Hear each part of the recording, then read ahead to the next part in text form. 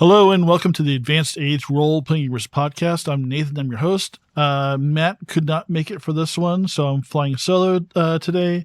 I've got with me two special guests from Astrolab. They're creating an English version of the Ereb Altor setting for Dragonbane. Guys, can you introduce yourselves? Leon, why don't you start with yourself?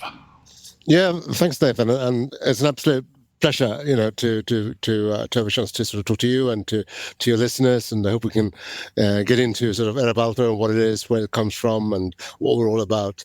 So my name is Leonor. I am mainly involved sort of on the writing side, and then with me is also Emil, who we're both in Astrolab. Emil, please. My name is Emil Gradén, and I mainly are the in-house illustrator and kind of an art director for Astrolab and the Ereb Altor project. Great. And there's a couple other folks who couldn't join us for this. Can you let us know who they are and what they do, just so they get some credit? Yeah, I mean we're a gang of four basically. So it's Emil, is me, and Måns Broman, who's also involved on the writing side and does sort of the layout and graphics, including the map. And then you have Jonas Via. He's the author of the Call of the Siren campaign, which is part of the Kickstarter, and which we're adapting from a previous game that we did before Ereb Altor. And that's the thing that we'll also be releasing in both English and Swedish for this particular Kickstarter. So that's us basically. So a gang of four at the moment. All right, so I want to get into your origins in a second, but I want to let everybody know like where I first. I'm not Swedish, big surprise. But a few years ago, we interviewed Erik Granström when he was talking about the Forbidden Lands Blood March book that he wrote. And he was kind of giving some of his history, and he said that he brought up Ereb Altor because we talked about Dragonbane a little bit, and said it was a setting that he worked on. It was a very early Dragonbane setting. So this is something that it's kind of like maybe like a Faerun for D&D. This is like Sweden's kind of first big setting, and you guys have brought it back to life. Can you give us some of the history about that? I mean, yeah, sure. I mean, do you want to? Yes, you can start.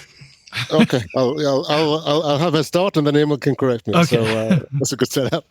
No, sure. I mean, this is. I don't know if we're bringing it back to life. I think.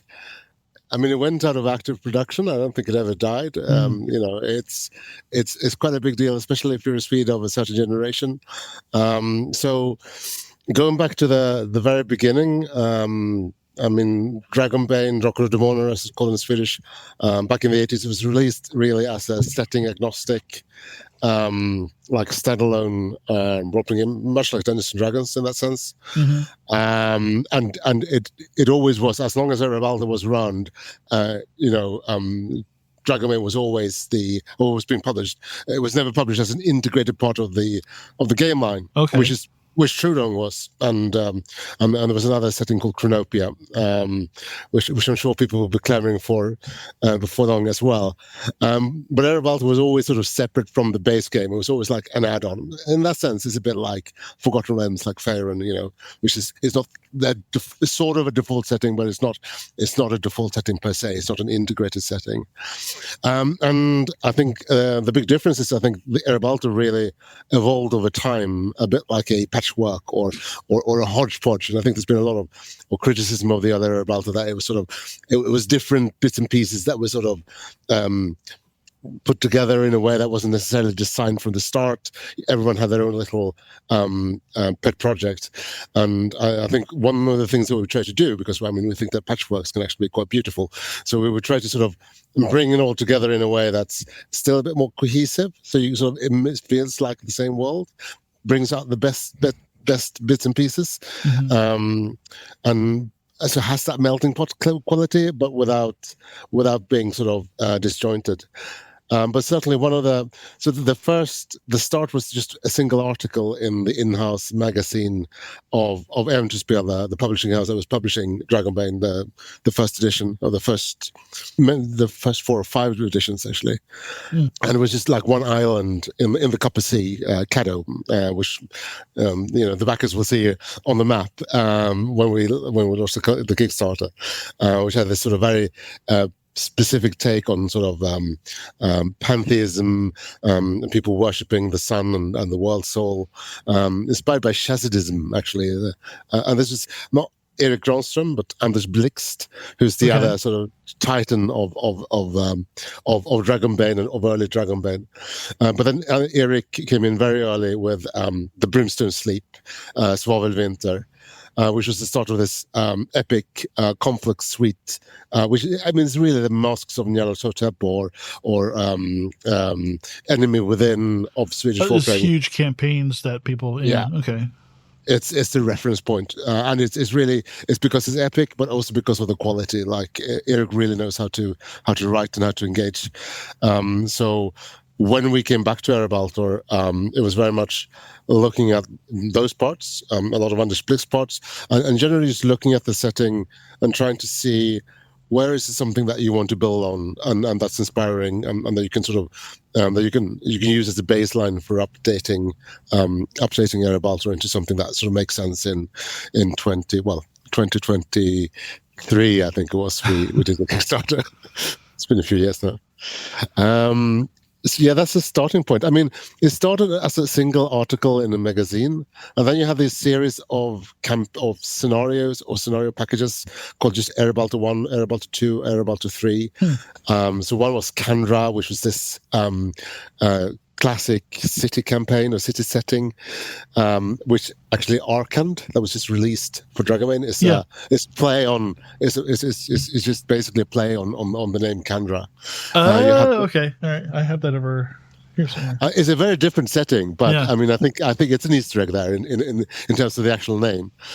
And then you had the Marshlandet, like the marshlands, like a marshland setting. You had Svavelvinter, the Brimstone Sleep. And then in 1989, the sort of Eventyrspel, the publishing house, sort of got their ducks in a row, and they produced a big cohesive box with like 4 books and a big gorgeous map. And by artist Ann-Sofie Kvarnström, which is still, again, a point of reference for most Swedish gamers. And I think it's been a point of reference for us when we came back to the setting and knew that we needed to have a really epic map to sort of really underpin it. And we did quite a lot of fun stuff around that. And Emil, maybe you want to say something about the map and the artwork and how we sort of tie that together.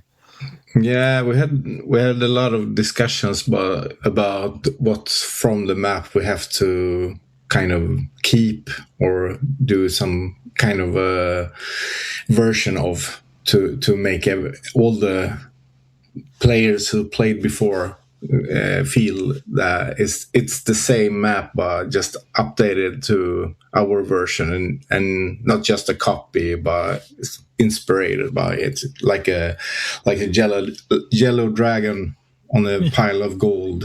Right.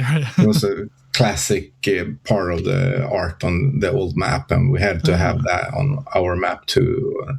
So yeah, we wanted to have the same feeling on the artwork on the map. Now, how'd you actually get a hold of the IP to be able to do Ereb Altor? Yeah, maybe I can maybe take that one. I mean, there's 2 things, right? We released a game, actually in 2019, called Kopparhavets Hjältar, Heroes of the Copper Sea, which has a lot of the same material as Ereb Altor, a lot of the same. Yeah, a lot of the same content. It's got the Copper Sea region. It's got a lot of the same sort of setup. And that was on the basis of having the agreement of, the authors from back in the day, Erik Granström, Anders Blixt, Leif Öhrén. And in a sense, that's still a core. I mean, we're standing on the shoulders of giants, right? We're building on what they did back in the 80s. And that's the basic setup. Now, at the time, we didn't have the trademark Ereb Altor, and we were also thinking about how exactly how do we want to pitch this, where do we want to go, sort of with the story here, with the content. So then when Free League got the Dragonbane license, which is a massive deal in Sweden, they also got Ereb Altor as part of the package of the portfolio. Okay. And they didn't have an interest in publishing Ereb Altor for themselves, so they reached out to us. Now, the Heroes of the Copper Sea were released with our publishing house, Helmgast. So we in Astrolab, we have a game studio. We're basically the creative team. So we're our own little team of 4 people. And it's published through Helmgast, who's published Cult, I think is the most. Oh, yeah, biggest. Cult. Yeah. Okay. Yeah. And Sweden, they're very known for also classic, massive fantasy role-playing game, Eon, and there's a cyberpunk game called Neotech. So they're our publishing house, basically. And through them, we were able to get the license for Ereb Altor, which meant that we could put the proper name on it. It meant we could now had a very active and great game system to base it off as well. And it just meant that we could go back to what we've done for the Heroes of the Copper Sea and reshape it for Dragonbane, expand it, and also I think one important thing is we've changed slightly. We were always building very heavily on what Eric had written, but now with Dragonbane, and also with the understanding that there will be the Brimstone of Sleep, and that the Conflict Suite will be released as a set of scenarios for Dragonbane. Oh, okay. We wanted to make sure again that this is something that can be that Ereb Altor supports, basically. So you'll be able to, the island where the Brimstone of Sleep is set is on the map. So you can play there. The Drakarian Islands, which is like his iconic setting, is there on the map. It's quite an important part of the map. So we reshaped it again a little bit just to make sure that everything fitted together and that you can bring all these different classic campaigns into one space, basically, one world. That sounds very well thought out. That's awesome. So some of the things you mentioned sound like maybe some of the bigger challenges of taking this setting with this long storied history and bringing it to 2026 audiences and not just in Swedish but also in English. So are those the biggest things? Kind of like cleaning up that patchwork and maybe simplifying but staying true to the old stuff. Were those the big things? Were there other challenges that you had? Good question. Or was it too much? No. Emil, do you have any? For me as an artist, I have always been inspired by Dragonbane or Drakar Demoner, the first role-playing game I played as a young teenager, or I was 11 when I started playing it. And so the art was, for me, it's been more inspiring to think back and being nostalgic. But of course, it was quite nervous if people would like it still being kind of an old school art form, or like the art style, that we kept the old school style of it, and if people would like how I interpret the old style in my own way. Leo have to answer for the more of the world building parts, because he's more been doing that from the ground up. Yeah, I'll get you in a second, Leon. I do want to say, I'm going to show the art here. I looked at what you sent over and what you've published on Instagram, and you worked. I saw that you worked in acrylic, so we talked about that earlier. So it definitely has some of that old school feel, but the lines are like so clean, so I can see it kind of bridging the gap between like more modern stuff and still having kind of the big epic adventure setting. I just love the serpent in the ocean, and the folks on that look extremely dangerous. But it's really I've seen a lot of the art that's come out of Sweden from Free League and others. There's stuff I would love to have on my wall. So if I'll send you my address later if you want to just roll that up and shoot it over, that'd be great. But yeah, we'll talk about that later. Leon, so bringing Ereb Altor to English audiences, what's been the biggest challenge so far for you? Yeah, I mean, maybe I can say a little bit about both sort of the challenge of sort of updating it to 26 and bringing it to an English audience. I think that's sort of connected but slightly different. And the first thing on bringing the setting up to date is exactly also what Emil was saying about the art also applies to the setting. I think actually the art and the setting goes very much hand in hand. And this is the beauty of having Emil, who lives and breathes Ereb Altor in terms of the way the images speak. Like, they really convey the setting, and I mean, I think only a fan could really sort of could really do that. So we're very lucky in that sense. No, I mean, it's what's fun about this project. I don't think we would have done it without this creative challenge, of really sort of going to, what's great about the old Ereb Altor really is the campaigns, especially the conflict suites. But there were others like there's the White Grimoire of Sirazia, there's the Nederland Purification. There's a bunch of really epic campaigns that people have played and replayed for 40 years. So there's a lot of expectation. Everyone's got their own interpretation of Ereb Altor and what it is and how it speaks to them.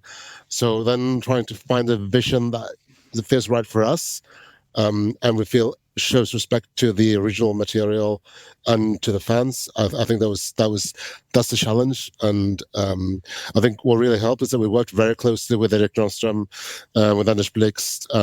We sort of all of this is basically we got the trademark Ereb Altor, but the real thing is having the agreement of the IP holders, the original authors, to reuse and build on their material, and that's what we've done with Erik and with Anders and Leif Urier. So yeah, it's sort of, but I mean, we wanted to do something more than that. So we, I mean, one of the things that Erik Granström does in his writings is he relies heavily on, for instance, Mesopotamian, Sumeric mythology. So we built on that and really drew in more inspiration. All the gods, like one of the pantheons anyway, one of the main pantheons is the Sumeric gods, and a lot of the monstrosities would be drawn from there as well. You have ziggurats. It's really. Okay. Quite a broad thing. And then the setting, is also inspired by sort of Renaissance Europe, Renaissance mercantilism, the Renaissance Italy. There's all these really diverse historic inspirations. And rather than getting nerdy about it and sort of trying to make something that looks like a particular era of human history, because this is still Myth and Mayhem, this is still, over the top fantasy. Mm-hmm. But there's so much fun inspiration to be had from history, from just going back to different eras, mashing it together, giving it a bit of an unexpected turn, and you end up with something that is, fresh and exciting. And then you also have the reference frame of Ereb Altor itself to play with. So it's trying to sort of navigate these different sources of inspiration and present something that's a new vision for Ereb Altor, but still is respectful to both to the source material and to the fans. I think that's been our main challenge, and that's also what's fun about this project. Now, for the internationals, for the English speakers out there, listen, I hope you'll all enjoy this. This is really this is a big part for, maybe I'm speaking for my own generation. This is really a big part of the heart and soul of Swedish role playing on a platter. I mean, this is where people have been having their adventures and their scenarios for decades. And again, we try to build on that because one of the things, we call this like a world crawl. We want to sort of, we have gear the entire release to sort of open sandbox campaign play, where you can start your campaign, and you can start with the baseline Dragonbane campaign. So the Path of Glory, Misty Vale. I mean, we've actually plotted within agreement with the Free League. We've plotted all of these localities on the map of Ereb Altor. So if you're already playing Dragonbane, you want to expand your horizons, you can just sort of head out on to the big gorgeous map that that we've brought together and Emil has illustrated, and explore an entire world. We also want to make sure that we introduced something called a chronicle, which is basically this idea that you keep playing multiple campaigns, also scenarios and even like small encounters, but multiple campaigns with the same group, and you build like a longer narrative. And you'll have your recurring villains. So we represent the Copper Sea Chronicle, where you have one overarching meta theme, but then obviously each campaign has its own conflict. So this is something that people have been doing a lot at home in Sweden. I think there was a real sense of you have your classic group, and it's been going for ages, and it's been doing all the classic campaigns, and it creates its own story and its own narrative, and we want to really cater for that and encourage that. So I think that's also like a difference from just playing playing the baseline Dragonbane, where it's more contained. So what we offer, because we want to offer something that is complementary to that, is really a broader canvas, the possibility of linking campaigns.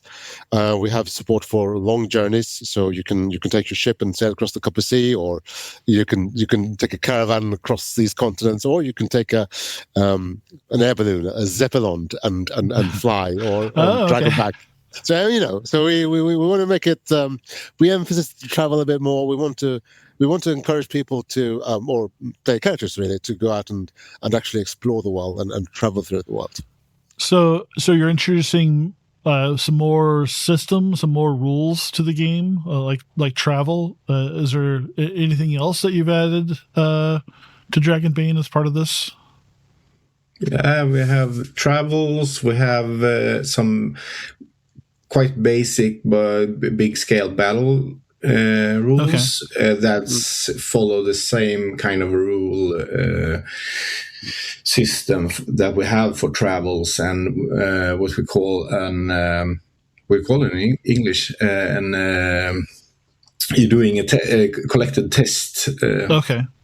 That's kind of how you travel, that you have a group that doing this kind of skill tests, and the result is based on how many of the successes you have, and we took that kind of a rule and made some simple large scale battle rules for that. And we have merchant rules, how you can actually buy stuff, and quite the easy, not crunchy rules, but rules that supports a group who wants to use like the merchant kind of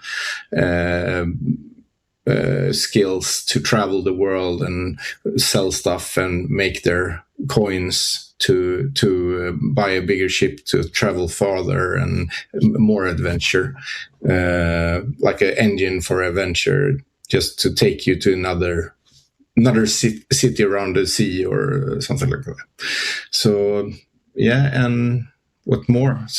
What about? I know some people ask about like strongholds and that kind of thing, like a home base. Not yet. Not yet. No. But we have in the sailing rules, the idea is that you have a ship, we have a boat, a vessel as a base for your play group. Yeah, moving base. That's cool. And it's actually something like I saw in just the regular rules for Dragonbane. You actually have seafaring type skills, but there's no seafaring in the Misty Vale. So I like that you're bringing that out, especially with a larger world. Yeah, it's quite useful skill in especially Copper C expansion. You should have at least one or two that master that skill. Yeah, so can you tell me about the Copper Sea and what that whole campaign is about? Yes, I mean the Copper Sea isn't really a campaign; it's more of a region source book. Yeah, it's got this Copper Sea Chronicle, which is again, it's more like this sort of campaign frame than a campaign itself.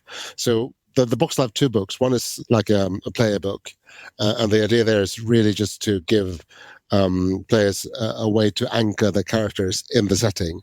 So you've got like background tables to you just sort of auto-generate your mementos and events from your upbringing. It's a very light touch. It's just like a couple of tables to roll on, but just give your character a bit more of a stake in the setting itself. Okay. And that also has actually the expanded sailing rules, because in particular for the Copper Sea, the idea is that you are sailing, and then you have all this inspiration from the Mediterranean of the 15th, 16th century. You'll be hearing a lot of stuff that is basically just wholesale stolen from real world history, and that's what we do. I mean, this is the art of the reference, right? I mean, you take everything and you turn it around, and it's not a minimalist setting. This is a setting where we try to find inspiration wherever we can and bring it together. The other book is the Copper Sea Chronicle, and the Copper Sea Chronicles. So that is this campaign frame, which means that you have an introductory adventure that sets the whole thing up. There are some handouts and some sort of meta story framework things that you can put in place. Then you have a lot of just adventure material, like adventure hooks, adventure sites. You have actors. You have a whole system with actors and how they there can be enemies, there can be allies, powerful power brokers, basically in the setting, and how they influence, how they interact with the player characters. And we have, I think, in total 5 scenarios. Yeah, it's about one scenario per region that borders the sea. So you have it doesn't matter what kind of shores your player lands. There's a scenario for that part of that you can throw in there. So it's really tailored for this kind of campaign play, open campaign play, and sailing around the Copper Sea. But with enough in there to just start playing written adventures straight away as well. Okay. It's a resource book for the GM. So you have some scenarios in there, but they might just be dropping those scenarios as part of their own story. So they're using those to flesh it out. The idea of the Chronicle is that you link the scenarios to the campaigns that are there. Some may be written for the Chronicle, some may just be freestanding, and there are ways to then link that into the broader narrative. Now, these are 2 of the 3 products, and the third product is then the Call of the Siren, which is much more like your classic. It also works very well with the whole Copper Sea Chronicle setup, but it is its own standalone dedicated campaign, which has been really well received in Sweden. So we're really happy, and we won awards, and when we released, I think, for best campaign in 23 or 24. Anyway, it was well received. We were very happy. And Jonas is a brilliant scenario author, so we're very keen to bring this whole setup to an international audience as well. It's very quirky. There's a lot of hidden sort of layers of intrigue in the scenario, and we get a lot of really great feedback from the groups that have been playing it. So that's the cherry on the cake. So what is that? What's the plot? Can you give us the plot of that scenario? How much can you say about it? Without spoiling anything, it's just what might draw someone in. You got the setup for the campaign is like presents you of a like a, what do you say, an epic, some epic story that you can start investigating, and you got drawn into it, and then it takes you all around the Copper Sea to different corners of the sea, into adventure sites and cities and wilderness, and chasing villains and other people and entities.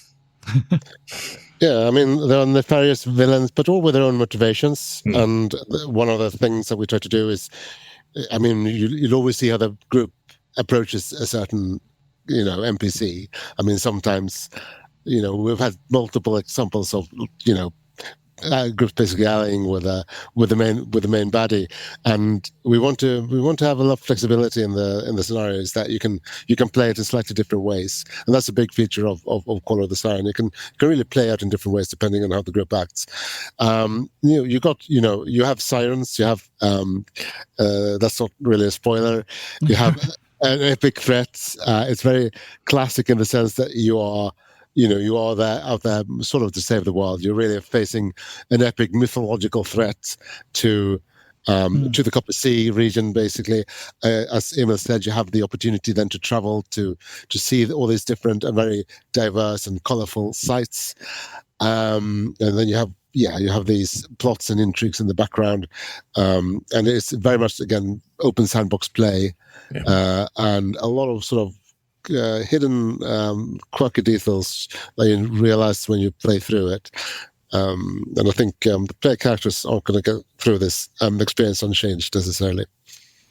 Okay. Well, so yeah, go ahead. Yeah. I was when I read it myself the first time, the draft of it, or it was quite finished text-wise. But when I was doing the illustration for it, for the first publishing of it, that we did for the old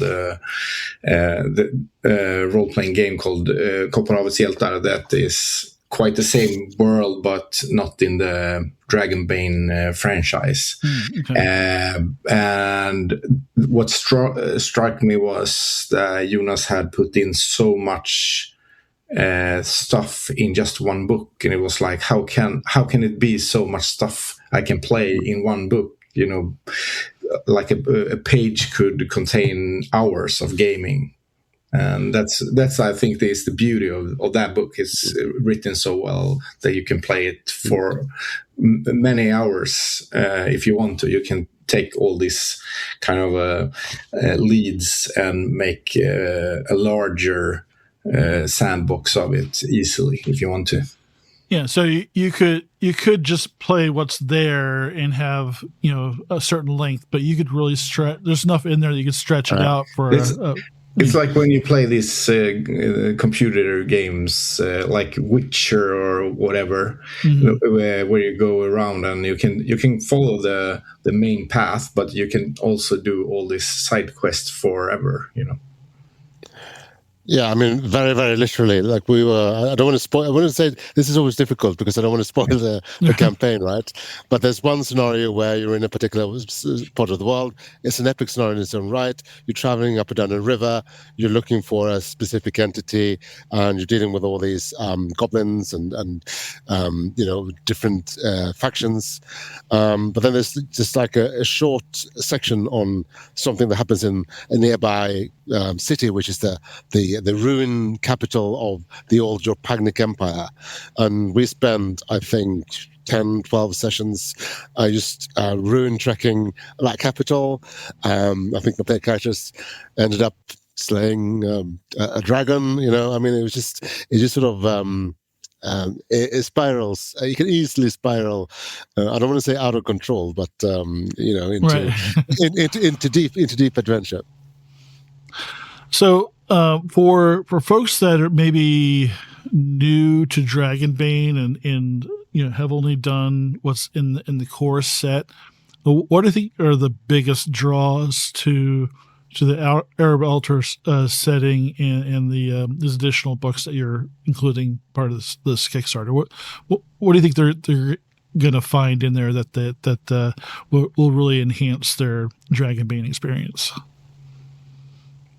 I think it's going to be like you have much more of this, more world, more gods, more culture, and diverse culture, not just typical what you could expect of fantasy culture, but cultures that in a fantasy setting, but with some quirky differences, but at the same time stuff you recognize from our real history, but combined with fantasy takes on it. What would you say, Liam? Yeah, I think what we've worked on quite a lot. I mean, we've as I described, we've had all these sort of different ranges of different sources of inspiration, but we want to make sure that this is easily presented in a very straightforward way and applied. So, I mean, we like applied setting, stuff that you'll actually use at the table. Plot hooks, conflicts, secrets, things that are likely to sort of trigger something that leads to interesting play.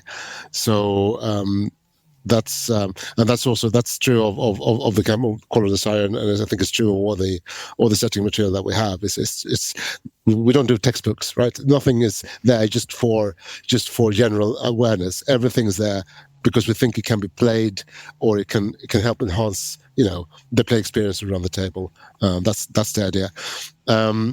I think for players who are already playing Dragonbane, maybe playing one of the campaigns, I think it just opens up a world, right? I mean, it's on a different scale, and then again, we have the short journey rules in Dragonbane. We have long journey rules. Basically, we want to encourage people to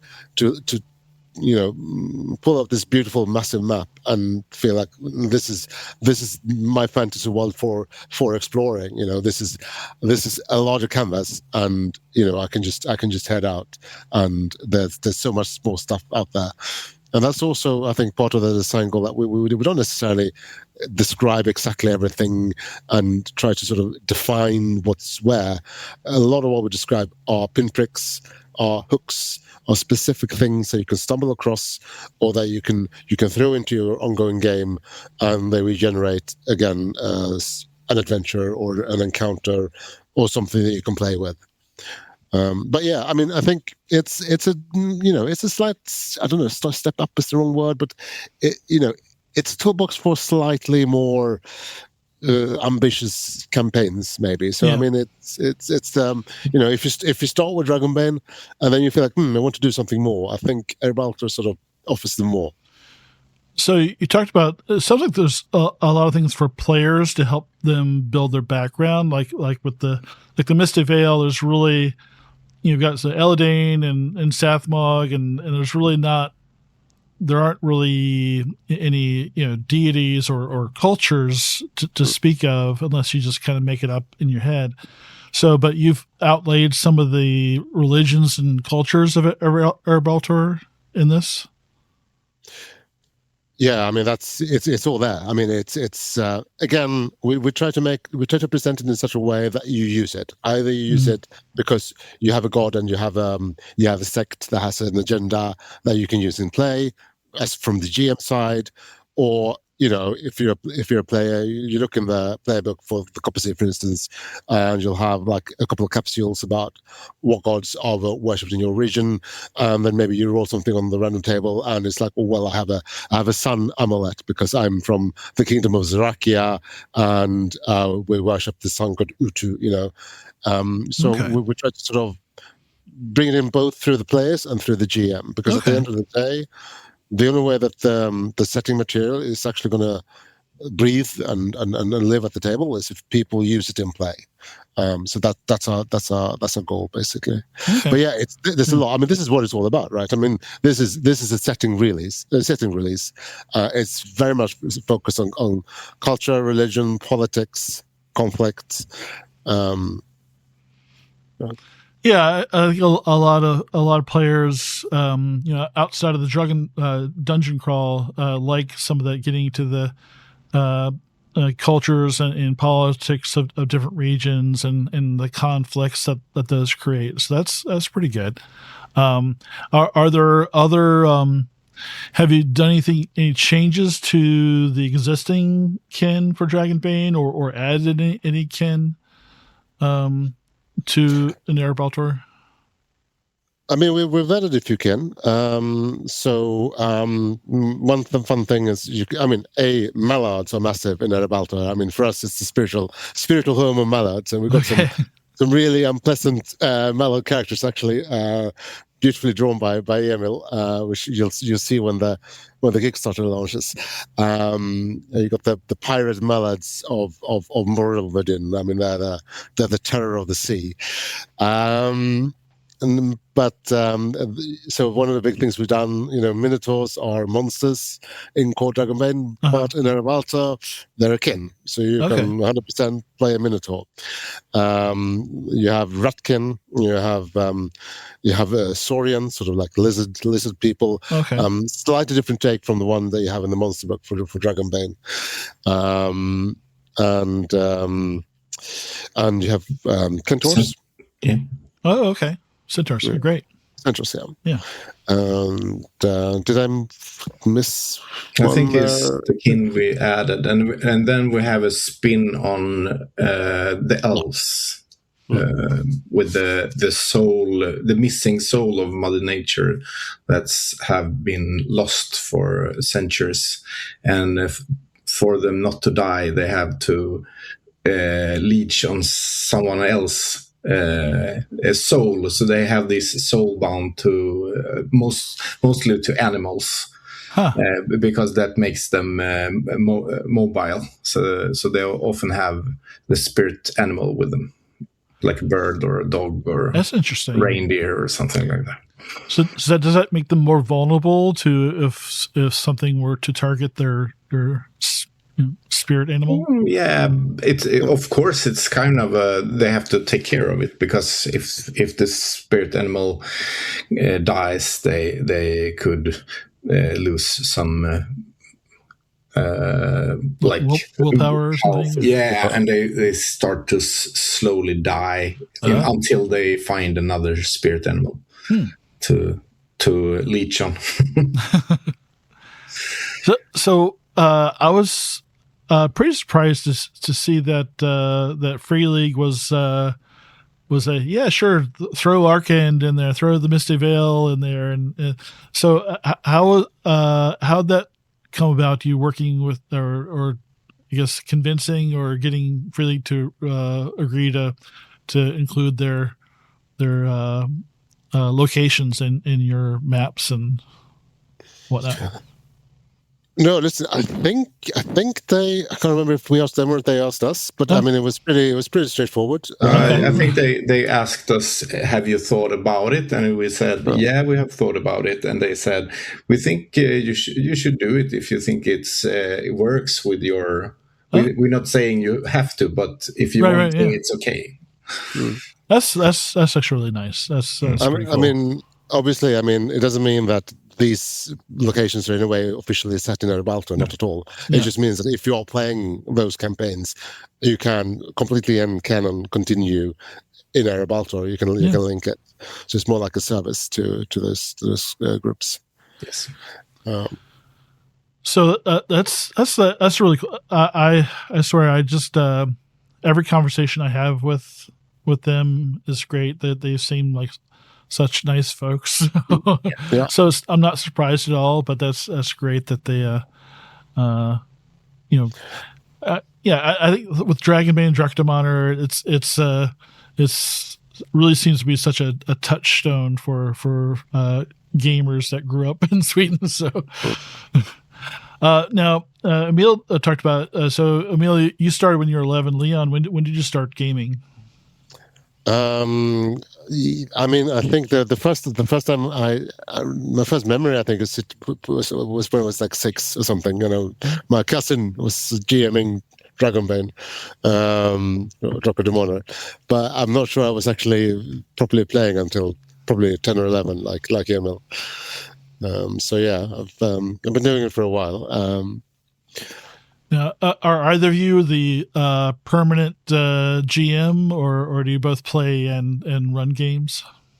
Both. I think we're both permanent GMs. I think. I'm permanent GMs in some groups, especially when I do the Dragonbane and Ereb Altor stuff with a couple of groups, and then I'm actually a player in another group mostly. I do the Ereb Altor with that group, but the rest of the games we play, another guy is the forever GM. So, how would you? Let's start with Leon. Leon, how would you describe your GMing style? Are you a nice GM, or are you? I'm way too nice. Yeah, I'm a bit of a soft touch. We had a character death a couple of sessions ago, but that was the first one in a fairly long campaign. So I'm not. And Dragonbane is a pretty unforgiving rule system, but I try to stick by the rules. But I'm probably could be a bit stricter. Emil, how about you? I'm kind of nice when it comes to giving them like tips and hints. But have you thought about the conflict you have before, or have you have you remember your goal and giving them reminders all the time? It's like, why are you here? Like clues, maybe, but not. But when it comes to them doing stupid stuff, maybe I give them a clue about this is dangerous. But if they proceed, okay, let the dice rule. Yeah, I'm a little. I'm definitely nice in some ways, where I'm probably a little generous with magic and heroic abilities, but when it comes to the dice, I am. I like when things go sour. Well, yeah, the dice fall where they fall. Though. It's good policy. Yeah. So with this, I just want to get to know you guys a little bit better. That tells me a little bit about you. So, Emil, let's talk about your art. And you mentioned earlier that you're really drawing on the past for inspiration. What are your favorite pieces that you've done for Ereb Altor, and can you talk about how you came up with them? My favorite pieces, I have some, and they are quite favorite in different because of different circumstances. And it's like I have a dwarf on a horse, and that's a favorite one of mine because it was the first picture that Måns and Leon asked if they could borrow to the Kopparhavets Hjältar role-playing game, and there was the illustration that actually took me into this business, and it was actually drawn for Forbidden Lands. A friend of mine's character was a dwarf on a horse with a bow, and he wanted a picture of it, so I drew it, but it ended up in Ereb Altor instead. Eventually. It's a great picture. Yeah, and then I have this king with his court mallards. We call them jesters. Jesters with that poison him in it with the borscht jesters. Yeah. So they distract him. Two of them distracting, and the third one pouring poison in his wine. Oh, okay. And that's kind of a close to the heart favorite. One thing was really nice to draw, and I'm really happy with the outcome and the result, but it's also the guy in the picture is a portrait of Måns Broman, one of the author's best friend, and he passed away a couple of years ago. Nice. So it's close to the heart, that picture. Yeah. That's so nice. You can do that. Sentimental. Yeah. So it's his name was Björn. So it's a tribute to Björn. And it was a character that he invented, so that's why he had to be the guy on the picture. That's anything with a personal touch like that is going to be that's really fabulous. And then of course the two new covers, the paintings for the covers for the setting and cover art. I kept telling Emil that he should do some sort of real-time broadcast of him painting it, because it's been amazing in the group. He's watching him doing it's oil on board, right? Acrylic on board. Acrylic on board, exactly. And then the way they sort of develop over time, really, really old school, and they're beautiful. I mean, you've seen them, I'm sure.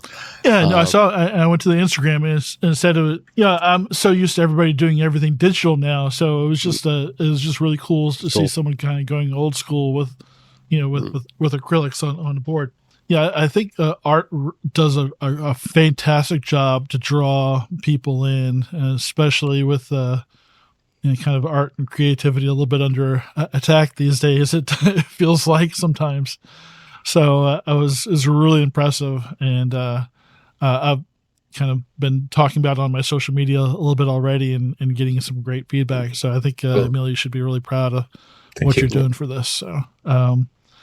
So I'm really looking forward to seeing this. I've been snatching up everything I can this Dragonbane. I know on Reddit some other people had questions about are there any follow-ons after like what are you going to do other regions after the Copper Sea? Do you have that in the works already, or stretch goals for the Kickstarter, maybe? We have a couple of regions in development, actually. So we have everybody is working on their own project right now. There are follow-ups, and then time will tell who is most mature when we should focus on one of them. Okay. But we have a plan on the order of releases, but we'll see. So we don't spoil anything and say. All right. But there are a couple or more ongoing. I think we can say that as a rule, what we try to do, which is a bit what you see in the Copper Sea as well, is we will have like a bit of a region or a sub-region and a campaign. So our priority after this release is to get more playable material out, basically. This is our ethos. We want to get stuff out that people can play, right? And it's not necessarily that would be other regions than the Copper Sea. We would also be looking at regions within the Copper Sea, so you do a bit more of a deep dive. As far as other parts of the Kickstarter, are you going to have any other like collector's edition covers or like, I don't know why you wouldn't just with the drawn covers, but I know people are asking about collector's edition or any other kind of add-ons. Different. I know Dragonbane, they've been doing these cloth maps, which I really like, but have you got any other things planned for the Kickstarter as add-ons? Yeah, we have some surprises and stuff that people have like asked for and stuff like that. So yes, I think most of the people will be happy with some of the stretch goals. Yes. Okay, good. I appreciate that. So great. I appreciate you coming on and spending your late night with me. I know it's after midnight there, so I appreciate it. Any final thoughts from either one of you or both?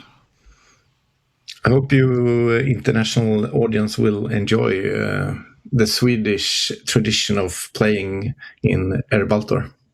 Yeah. And I think you've heard that there's a lot of people around here. There's a lot of different groups who have made this possible. Back, the authors, the Free League, all our backers. It's really a community project. So I hope you'll join the community. Oh, thank you so much for coming on. I hope you do too. And if you haven't tried Dragonbane yet, we've got lots of stuff if you want to get a feel for it. We're a little silly, but it's such an amazing game. I can see why it became like a household, or Dragonbane became a household name. So, all right, thanks everybody. And Kickstarter's launching soon. All the details, links to the art, to the Kickstarter, everything else is in the comments. And we'll see you soon. 18th of June. 18th of June. Okay. I hope to have this out before then.